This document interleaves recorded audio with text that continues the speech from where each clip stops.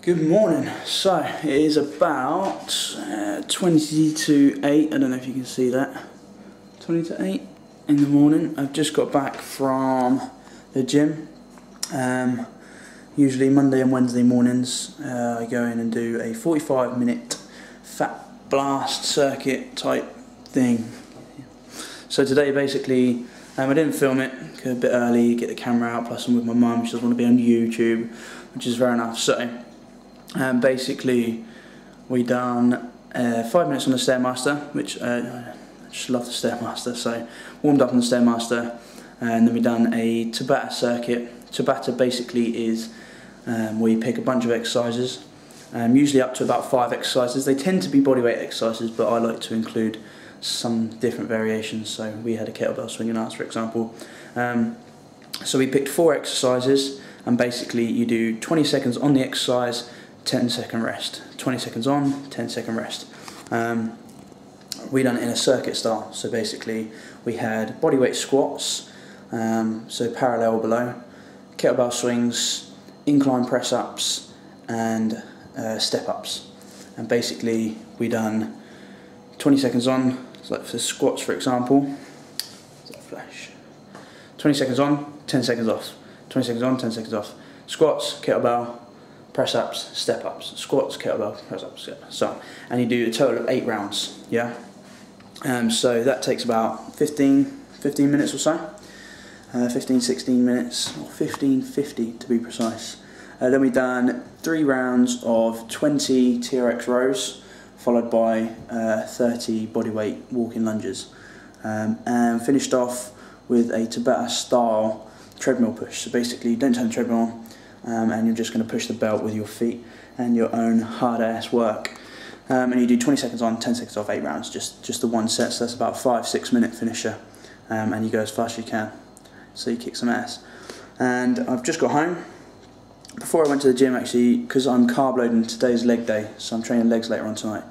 I'm carb loading today. I had a bunch of pasta last night, and I don't condone eating rubbish, but for me it just helps get the carbohydrate and the calories up. So basically I had a couple of Pop-Tarts before I went to the gym this morning, and now I've come home. So that's my rubbish for the day, apart from my intra workout, which I'll probably maybe have some Skittles or something like that during my leg workout, which just helps keep me going basically. But I've come back and I'm just going to show you what I'm going to eat. So I've got in there 80 grams of porridge, oats just mixed with water, and one of these little bad boys which I picked up last night from Tesco's, and basically it's just a 330ml, just a quick ready-made protein shake, just to add to my protein. Nutrition content's not too bad, so you've got per one of these 20 grams of protein, 38.9 grams of carbohydrates, so it's quite high in sugars, which they tend to be when you buy ready-made stuff, but all in all it's not too bad. 251 calories, as you can see there. Sorry, I'm looking outside of the camera, so you may have just got a zoom of the sugar pot. Cool, so that's what I'm having for breakfast, and I will film and show you what I'm having for my second meal a bit later on today. I start work at 1 and I'm out all day, so I'll probably take you through my meal prep as well. What's up guys, so meal 2 and 3. I decided to go just with chicken and veg, no rice. I'm feeling a little bit full, maybe like I'm holding a bit too much water. I just feel like I don't need any carbohydrates basically. So like I said, I was going to take you through my meal prep, but it really is quite simple. Just chicken and veg in the pan there. Chucked in some salt, a little bit of salt for my sodium, and some Chinese 5 spice for flavour. I've got a PT in about 45 minutes, so obviously that's going to be an hour. So I've made up my Pro IGF-1 shake, which I'm going to take on the way to work. So that'll be just over an hour before my workout. I'm also going to have some branched chain amino acids while I'm working out. I am going to have an intra-workout carbohydrate, but it is just going to be, if I can get it out,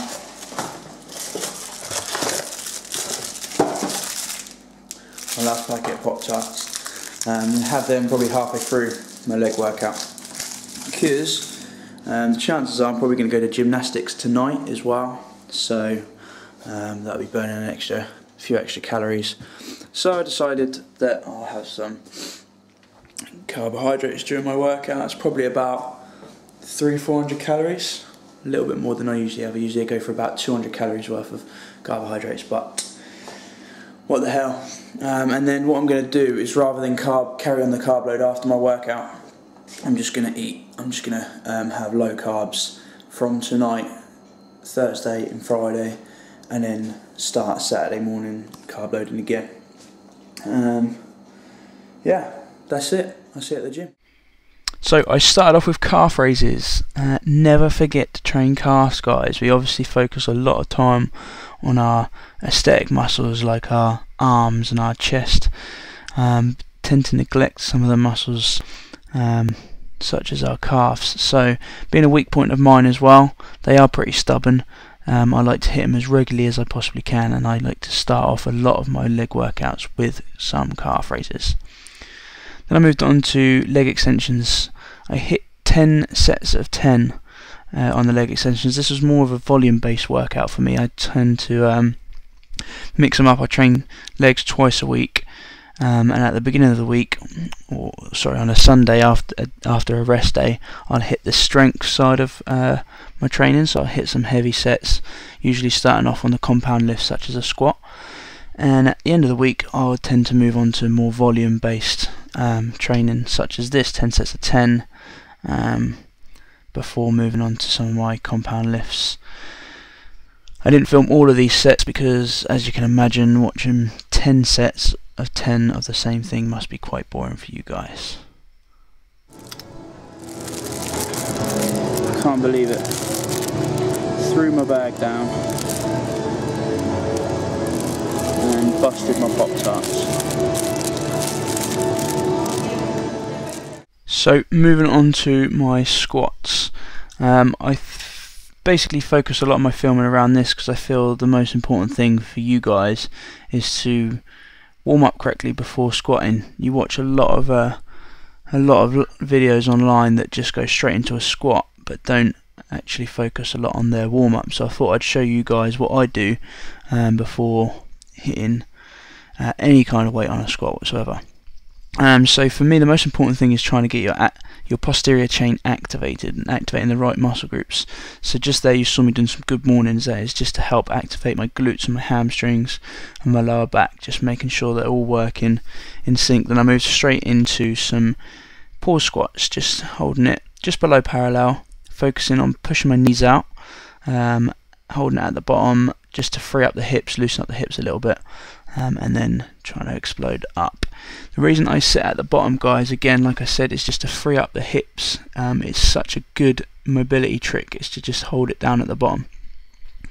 So for me, for a lot of the time before I really focused on my squat, I was using a lot of quad and hip flexor to move the weight. So basically I focus a lot of time on my warm-up stretching my hip flexors. So this is just putting your knee on the floor and making sure you tilt your pelvis forward, getting a stretch, nice stretch at the top of the leg, feeling right into your hip flexor, and then moving up into a more dynamic stretch where you get both the activation of the glute and the stretch of your hip flexor together. Again, making sure your glutes fire during the squat is quite vital, and for me especially, seeing as it is an area of weakness. So I focus a lot of time on my mobilization and warm-ups before I even add any weight onto the bar.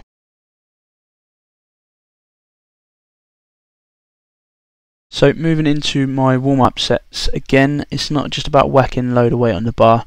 I like to ease up gradually, making sure I'm getting the motor neurons firing and really preparing my body, my mind and my central nervous system for the weight that I'm looking to progress onto.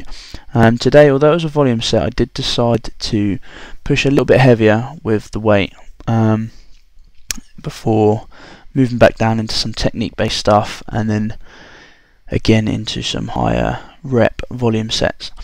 So I just started at 40k, moved up to 60k, and then 80k. At 80k I put on my belt. This is another thing that I like to do, is if you're going to use a belt for your heavy lifts, I think it's a good idea to warm up with the belt as well. So rather than just sort of getting to the weight that you want to use the belt and trying to lift it when your body's not prepared and it hasn't been using the belt for the warm-up sets, and then all of a sudden you're just going to dump it on and expect to lift a good lift. I think it makes sense just to warm up with the belt and get yourself and your body used to it. So I moved up to 100k, just focusing on parallel. My problem before was that I used to sit a bit too deep. Some of you are saying, oh, you get arse to grass. That's fine if you've got the mobility in your hips and you don't cause yourself any injuries. That's not a problem. But for me, every time I sit a little bit too low, my pelvis tends to tilt under a little bit, which transfers a lot of the weight to my back. So for me, it's just about being safe. I'm still able to train my muscles in a decent squat position, and at the same time with less potential for injury. Then I moved on to some, as I said, some technique based stuff. So this is box squats. The idea of these guys is that you do not take the tension off at the bottom. So I've seen a lot of people, when they do box squats, they tend to come down and sit down, swing back and then swing forward. That's not the idea of them at all. Obviously at that point you will be taking tension off still, which is going to help with regards to the contraction, but the idea is that you keep tension through your core and stabilize your core. So I've just done a few sets. I think I've done 2 or maybe even 3 sets of these box squats with 80k. Coming down controlled, make sure you don't dump onto the seat. It's controlling, touch the seat, take the tension off slightly but don't swing. Okay, then I dropped down for my volume set, which was about 50% of my heavy set. So my heavier set dropped down to about 50% and hit 20 plus reps for 3 sets. It's not quite an AMRAP. My goal is just to get above 20 every single set. You want to lift to the point of failure. Obviously, it's not a good idea to fail on squats, in my opinion, especially when you have a weight resting on your back close to your neck. Although you have got the spot bars there, I still wouldn't recommend going to failure on squats. It's just too many variables. So the idea here was to just keep tension as much as I can, avoiding locking out as much as possible, but obviously when you are starting to feel tired, you can stand up and just take some of the tension off your muscles just to give them a brief rest before going in. As soon as you rack it, that is set over. Thanks for watching, guys.